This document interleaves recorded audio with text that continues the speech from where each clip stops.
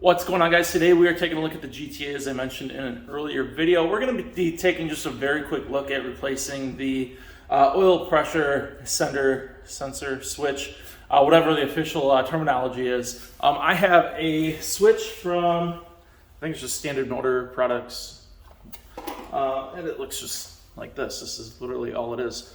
Some of the symptoms that you guys might see with some bad switches is either peaked oil pressure all the time, minimum oil pressure reading 0 all the time, or very inconsistent oil pressure reading. This car will read very good oil pressure when it is cold.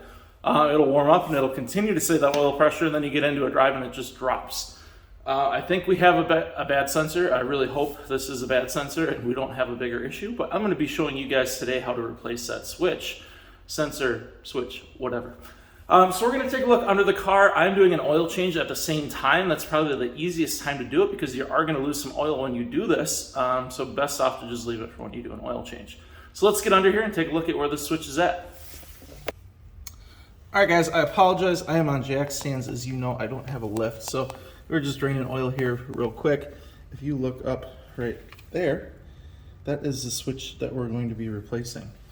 Super simple, as long as you have the tool, and I'll show you the tool. You just pull it out, replace it with the other one. There are 2 holes in there, so pay attention to which hole you are using and taking that out of. Let's take a look at the tool that we're going to use today. All right, for those of you that don't know, we're using a 14 mil for the drain plug. It'll help if I showed the right side of the socket. So 14 mil. There is a product made by OEMTOOLS that you can get at AutoZone or O'Reilly's Advanced.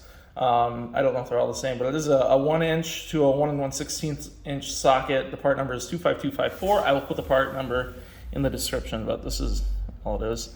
As you can see in there, it has 2 different sizes.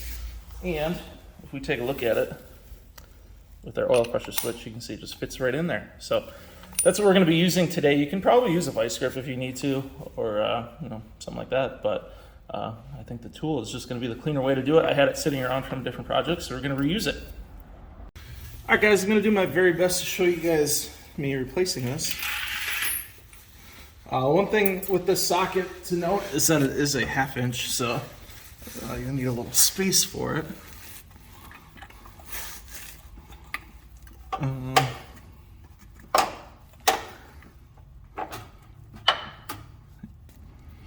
Another thing to note is you might have a completely different switch on your car. Here's one that I have and the one that's up there. So I'm going to need to use a vice grips or similar to get that out and hopefully put the new one in. All right, guys, so slight differences here. I tried grabbing by the body of this, just a vice grips, and it's like pressure fit in there. So the body started spinning and the actual sensor was not spinning. So you see why they're a little different there. Looks like same threads and everything. I ended up going from behind the front tire instead of like under it, and I got to it a little easier with good old Stanley vice grip. So we're gonna put the new one in there. Hopefully we can use the actual socket this time. As you can see, it didn't exactly fit over the body there. So we'll get that put up in there, show you guys what it looks like, and wrap this one up. All right, guys, so my advice would be to, to get it started like this. As you can see, it is started there.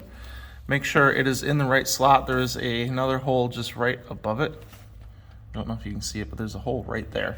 So get it started like that, then slide the socket on over, grab your 1/2 inch ratchet and start putting it on there. I would probably only put this thing to about 15, 20 foot-pounds. It doesn't need to be cranked on. The other one wasn't on that tight. So be careful.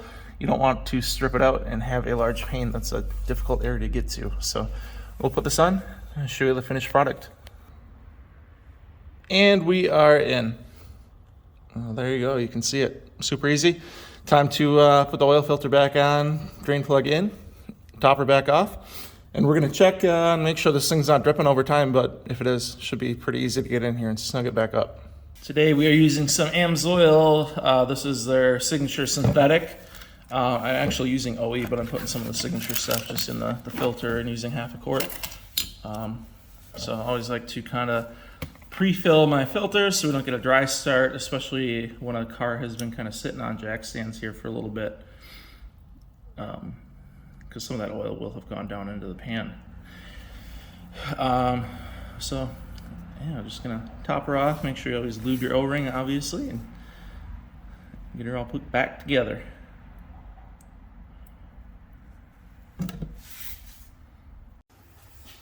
So I'm going to top this thing up off with a little bit of an assortment of oil. We're going to start, as you guys saw, the synthetic, the Signature Series. I also have a half quart of 1030 Z-Rod that I'm going to toss in here. It's a little thicker, but it has that zinc additive that I really want to add in here. It's only half a quart, so shouldn't throw us off and probably won't help us all that much. But I'm also going to use primarily AMSOIL OE. So just using some oil that I have laying around, and I want to make sure we get this thing all taken care of. So we'll start putting her in.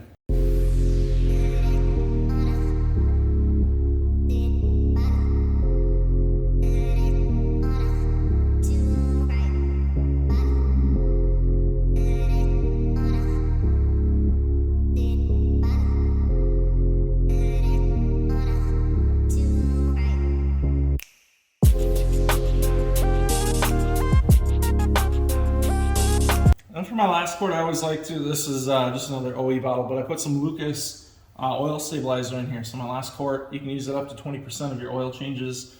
I just think it helps for longevity, and also helps with the cold starts and such. So if you look at this stuff, it is gross, but really tends to help on some of these older vehicles.